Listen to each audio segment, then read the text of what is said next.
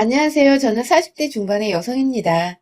매번 글을 보내버려 썼다가 지우길 반복하며 마음으로만 늘 수백 번도 사연을 더 보내봤던 것 같은데 이번엔 정말 작정하고서 2020년에 제 마지막 일과라는 생각으로 다시 한번 도전을 해보네요.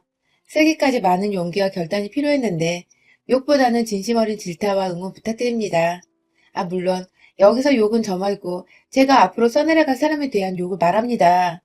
저는 23살에 남편과 맞선을 보고서 곧장 다음 해에 시집을 왔으니 어느새 결혼한 지가 20년이 넘었습니다.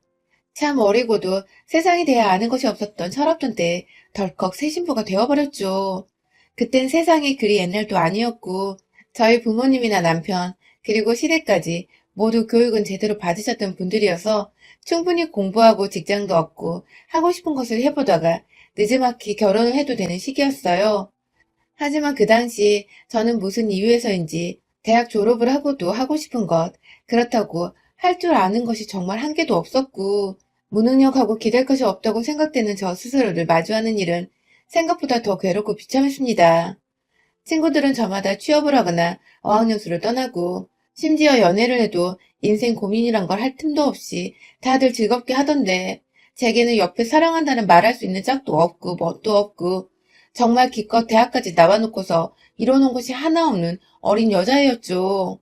아마 저희 친정 부모님은 이런 저의 상황을 누구보다 먼저 눈치채셨을 것 같아요. 매일 보는 딸아이의 얼굴이 날이 갈수록 아무래져 가고 있으니 본인들 머릿속도 무지하게 복잡했을 겁니다. 자식이라고는 아들 하나 딸 하나. 그러니까 제가 부모님께는 사랑하는 막내딸이자 늦둥이 애기였는데 자식의 앞날 걱정하며 마음고생하는 꼴이 본인들 입장에선 절대로 두고만 볼 수가 없었던 것이죠. 그때부터 저희 엄마는 미친 듯이 제게 남자친구를 만들어주고자 맞선 자리를 주선하고 다니셨어요. 더 정확히는 제가 결혼할 사람을 만나 그냥 시집을 가는 게 낫다고 생각을 하셨던 것이죠.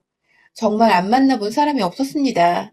아빠가 개인병원에서 페이닥토 일하시는 의사이셨는데 그 덕인지 아빠와 같은 직종의 전문직 종사자들도 만나봤고 아빠 후배의 아들이란 사람도 만나봤고 그도 성에 안 차니 아예 직종을 바꿔서 인문계열 회사원이나 연구원 등 쓸 수도 없이 많은 사람들을 무작정 끌려나가 만나봤어요.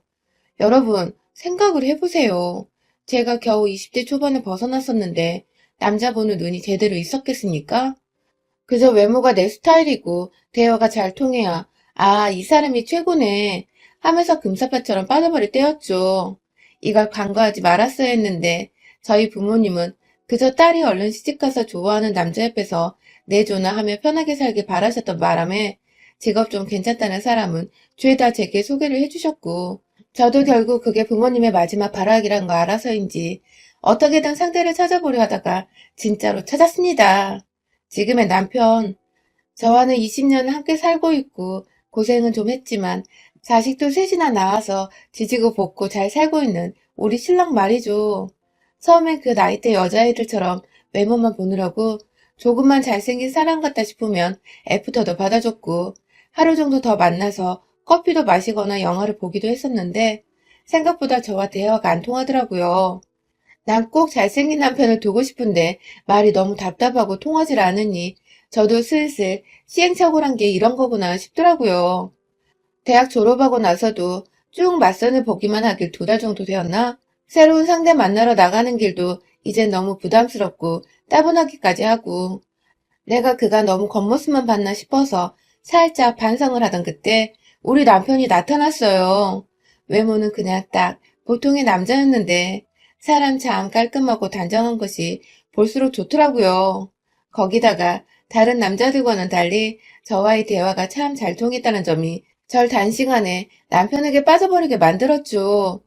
개그 코드가 똑같아서 지나가다 어느 취객이 트럼을 꺽 하고 지나쳤는데 그걸 기분 나빠해야 하는데 둘이서 웃겨 죽겠다며 길목 한가운데서 배꼽 잡고 웃은 것부터 시작해서 서로의 이름을 서로가 처음부터 잘못 알고 있어서 틀린 이름으로 부르다가 뒤늦게야 통성명 제대로 하고서는 또 그게 웃기다고 껄껄거리고 있고 한마디로 남이 안 웃는 지점에서 둘이서만 웃겨 죽으려 한다는 것 자체가 유머 코드가 아주 잘 통한다는 것이었죠.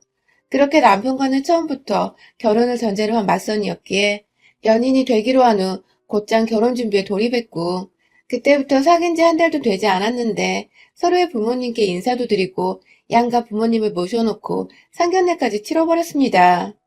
애초에 양가 부모님도 저희가 결혼을 전제로 만나러 나간다는 사실을 아셨기에 크게 놀라실 것도 없으셨고 저희는 순식간에 척척 결혼식까지 완료하고는 정신 차려보니 신혼집에 들어가 있는 신혼부부가 되었어요. 분명 얼마 전까지 졸업 후 뭘 해야 할지 몰라서 답답해하고 있던 저였는데 참 인생은 한 치 앞을 알 수 없는 것이라는 걸 그때 전 몸소 체험할 수 있었죠. 그렇게 시집을 오니 참 좋았어요. 양가 부모님이 경제적 여유가 있어서 신혼집이며 새로운 살림의 시작 단계가 비교적 모두 다 수월했고 시부모님께서도 참 쿨하게 뭔가 신세대 같아 보였던 것이 시집 잘 갔다는 생각도 많이 들었었죠. 특히 시어머니는 처음 신혼집을 구할 적부터 살림살이 채울 때 저희 엄마와 함께 셋이서 다니시면서 꼭 친정 식구도 같다면서 무척이나 즐거워하셨어요. 잘 지내주는 양가 어른들 모습에 저도 신랑도 무척 감사했고요. 그런데 이랬던 보통의 가정이 어느 순간부터 깨지기 시작했던 것은 바로 작년 초 시아버지가 지병으로 돌아가시고 시어머님은 자연스레 외동아들인 저희 남편이 모시게 된 후부터예요. 그간 시어머니와 워낙 잘 지내왔고 또 결혼 생활한 게 벌써 강산이 2번이나 변했었기에 제 아무리 시자가 붙는 사람이라 해도 당연스레 생각하며 시어머니를 집에 모셔왔어요. 방 하나 비워서 어머니 손잡고 다니며 방 꾸미는 것도 함께하고 내내 어머니 건강 생각해서 애들 식단에 남편 밥 그리고 어머님 식사까지 3가지를 챙겨가며 부엌에서 거의 살다시피 하며 살아갔습니다. 애가 셋이다 보니 정말 정신이 없기도 했고 또 하나둘 입시 시험을 치를 때가 다 와가다 보니 예민해져 있기도 해서 제가 챙겨야 할 것들이 한둘이 아니었죠. 그런데 시어머니가 저희 집에 들어오시고 한 반년 정도는 정말 저와도 잘 지냈어서 편히 지내시는 줄 알았는데 글쎄 남편한테 제가 어머님 눈치를 줘서 본인 마음이 불편하다는 소리를 하신 겁니다. 전혀 상상도 못한 일이었고 남편을 통해 그 얘기를 듣고는 완전히 뒤통수를 맞은 기분이었죠. 어찌저찌 그날 바로 남편을 대동해 시어머니와 함께 대화를 나누며 오해를 풀긴 했습니다. 저는 평소대로 어머님을 대해드렸고 신경 정말 많이 쓰며 보살펴드리고 있다는 생각했는데 그런 생각을 하고 계신 줄은 몰랐다고 했고 어머님은 제가 곧장 이런 말을 하니 본인도 민망하셨는지 그냥 했던 소리라며 오히려 남편한테 왜 이상하게 말은 전했냐고 애써 나무라셨죠. 뭔가 이상하긴 했어요. 전혀 눈치 보실 성격이 아니신데 눈치 보인다는 소리를 하신 것 자체가 좀 꺼림칙했지만 처음 며느리와 함께 지내시느라 불편한 점들은 있을 수도 있겠다 싶어 더 신경 써드리려고 마음을 먹었어요. 하지만 이 일은 시작에 불과했죠. 시어머니는 그날 이후부터 또 한동안 잠잠하다가 정말 뜬금없이 저와 이웃집 제 친구의 남편, 제 아이의 친구 아빠인 사람과의 관계를 의심하기 시작하신 겁니다. 정확히는 11월 말부터니까 2020년 연말 내내 이 의심을 품고 터뜨리고 아주 난리를 피워대셨죠. 잠잠하던 집에 불을 제대로 끼얹는 겁니다. 그 의심의 상대남은 바로 저희 집 2층에 사는 이웃집 언니의 남편이에요. 저희 둘째 아이하고 같은 반을 여러 번 해서 알게 된 사이이고 그 집 언니가 저랑 2살 차이라 몇 없는 또래라며 거의 10년을 함께 돌도 없는 동네 절친으로 지내고 있고요. 남편들끼리는 애들 데리고 자주 운동하러 나가줘서 가족끼리는 다 같이 친하게 지내고 있는데 어느 순간 시어머니가 자기 방에서 자꾸 소음이 들린다며 밤마다 잠을 못 잔다고 따져야겠다며 혼자 팔을 걷어붙이고 위층으로 올라가려 하시더라고요. 딱 봐도 싸움을 일으킬 것만 같은 그 태도에 저는 급 당황을 하며 시어머니를 막아섰죠. 그간 잘 지내고 있었던 이웃 사촌이 있고 한 번도 소음이란 걸 들어본 적이 없는 집인데 갑자기 잠도 못 잘 정도로 들린다고 하시니 분명 오해가 있을 수 있다는 생각을 한 것입니다. 그래서 싸움부터 일으켜 서로 얼굴 붉히기 전 제가 조심히 먼저 말을 꺼내보기로 한 것이죠. 시어머니를 대신해 위층으로 올라가며 도대체 어떻게 말을 해야 할까 무지하게 고민을 했어요. 겨우 문을 두드리니 집에서 언니 말고 언니 남편, 제가 늘 편하게 오빠라고 부르는데 오빠가 문을 대신 열어주더라고요. 저도 그 시간에 보니 반가워서 오, 오빠! 하면서 자연스레 집 안으로 들어갔습니다. 안에서 언니가 들어와! 하면서 제 목소리를 알아채고 불러줬거든요. 들어가서는 최대한 기분 안 나쁘게 시어머니 얘기를 하다가 소음 얘기를 꺼냈어요. 그런데 보니 시어머니 방 위층에 위치한 그 방은 아이들 공부방으로 쓰이고 있어서 밤에 소음 내는 게 불가능한 공간이더라고요. 역시나 시어머니가 무작정 오셔서 화부터 내셨더라면 오해가 쌓여 일이 더 커졌겠다 싶어서 마음의 안도감이 불어왔죠. 언니는 영문도 모르고 소음이 자기 집에서 나는지 확실하지도 않은데 뭐가 그리 미안한지 계속 미안하다고 더 조심하겠다고 사과를 했고 저도 그런 언니한테 너무 미안해서 몇 번이고 우리 시어머니가 나이가 있어서 예민하다며 불편하게 미안하다고 사과를 하다가 좋게 좋게 대화를 마무리 짓고 다시 집으로 돌아왔습니다. 그런데 그날부터 우리 시어머니는 제가 남자 있는 집에 들어가서 한동안 안 나왔다고 그 집 안에서 그 남자랑 무슨 일이 있었는지 모르겠다며 혼자서 미친 사람 마냥 제 불륜을 오해하고서는 막 혼자 뭐 그리 화가 났는지 한참 뚱해 계시다가 결국 그 오해를 혼자 안 풀고 그대로 동네에서 사귄 자기 지인들한테 다 전달을 해버렸더라고요. 단순히 뒷담화를 넘어서 아주 노골적으로 이 소문이 퍼지도록 자기 며느리가 불륜녀가 되는 것을 아랑곳 하지 않고 말을 퍼뜨리기 시작했고 결국 이 얘기를 들은 시어머니 친구분들은 또 자기 집에 가서 자기 며느리들한테 퍼뜨리고 그 며느리들은 또 여기저기 자기 아는 사람들한테 말을 전달했을 거고 결국 그 어처구니 없는 소문이 온 아파트 안에 삽시간에 퍼져버렸습니다.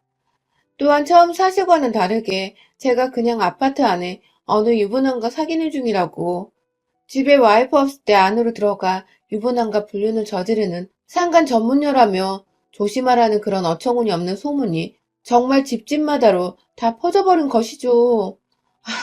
정말 순식간에 소문의 당사자, 그것도 애가 셋이나 있는데 불륜의 당사자가 되어버린 이 황당하고도 기가 막힌 상황.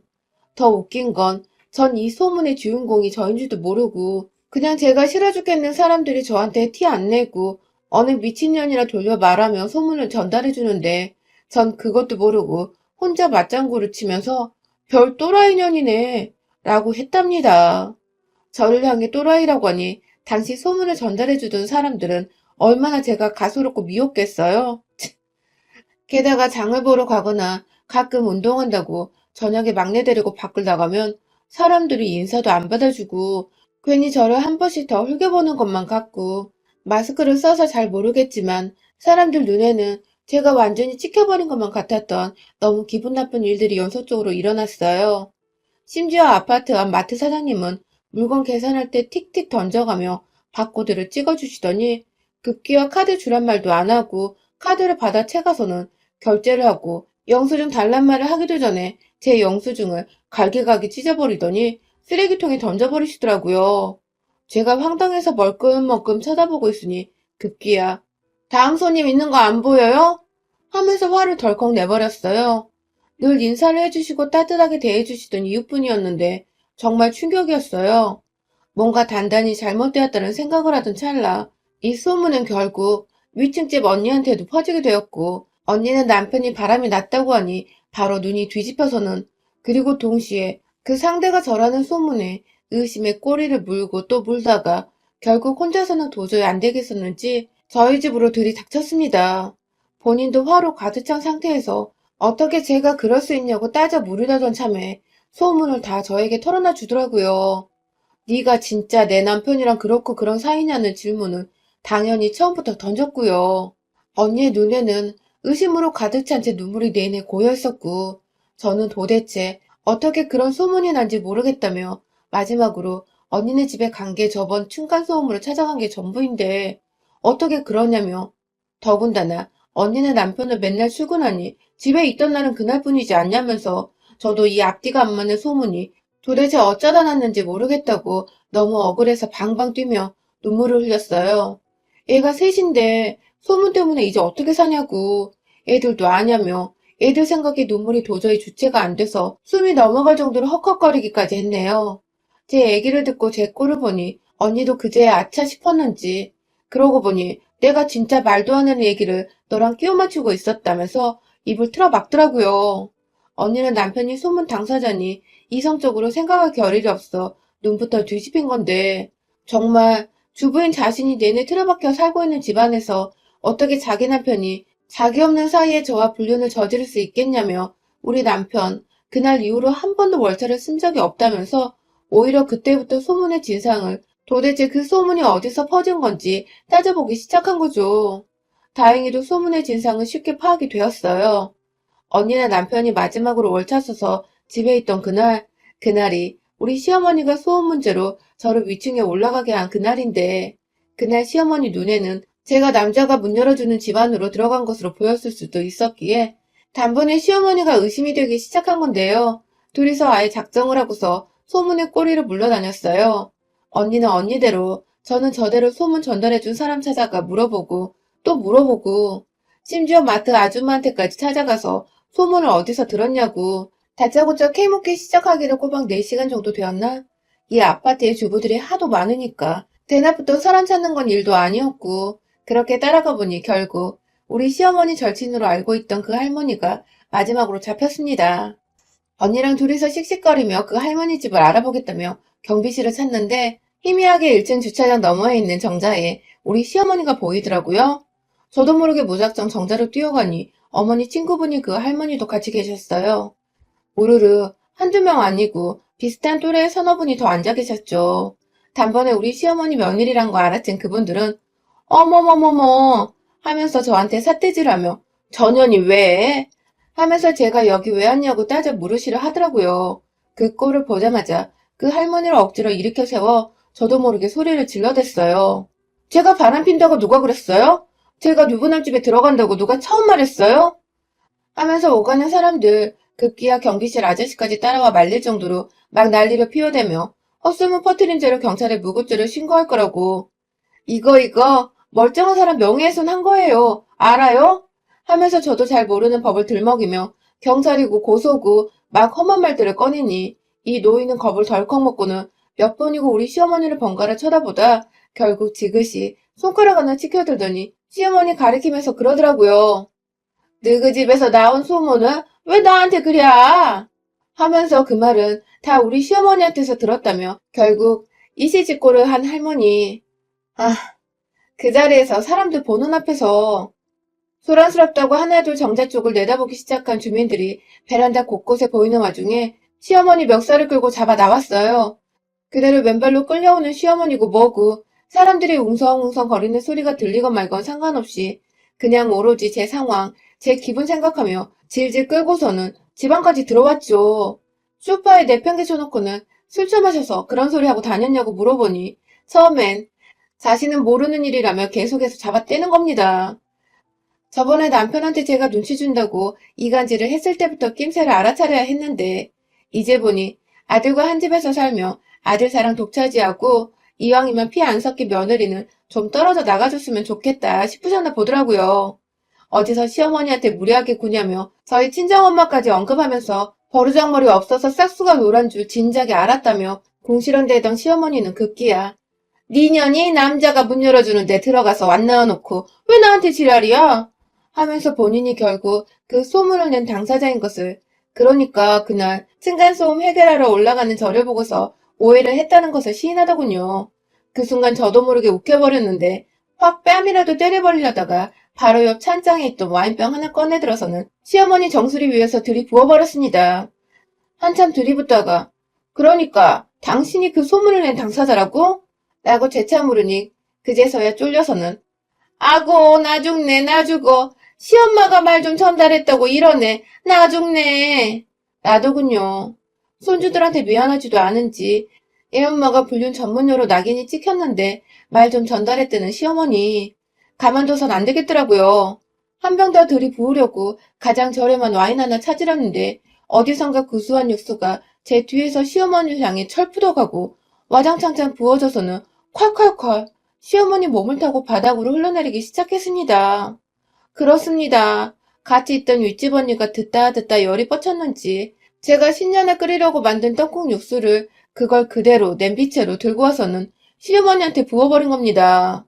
시어머니 정수리 위에 한두 마리 올려져 있던 통멸치부터 시작해서는 다시마 조각부터 아주 구수한 육수향이 스멀스멀 올라오더군요. 그리고 저는 그런 시어머니께 말했습니다. 나가서 이 아빠 들어올 때까지 아파트 입구에 서서 제 소문에 대해 해명하라고 말해줘. 물에 홀라당 젖은 시어머니한테 이불 한 포 덮어줬어요. 그리고는 바로 1층 아파트 현관문 앞으로 내보냈죠. 집에 돌아와서는 언니한테 빌린 상자 위에다가 A4 용지를 다다닥 붙여서는 그 위에 글도 적었습니다. 내가 며느리 엿먹이라고 불렸냐라고 헛소문낸 당사자입니다. 며느라 미안하다. 아들아 미안하다. 윗집 부부 미안해요. 하고 말이죠. 언니랑 어찌나 협동심이 좋던지 진짜 순식간에 박스 위에다가 화이트보드지처럼 글씨까지 완성을 했습니다. 1층 가서 시어머니 품 안에 건네주고 테이프로 어깨에 박스와 붙여 고정을 시키니 제법 그럴싸했어요. 오다 가다 사람들이 무슨 일이냐고 막 쳐다보기 시작하고 글을 읽더니 감이 왔는지 수근수근 대더니 또 시어머니 꼴에 웅성웅성 거리고 그런 사람들 앞에서 헛소리 내면 다음엔 우리 시어머니 말고 당신들 꼴일 줄 알아.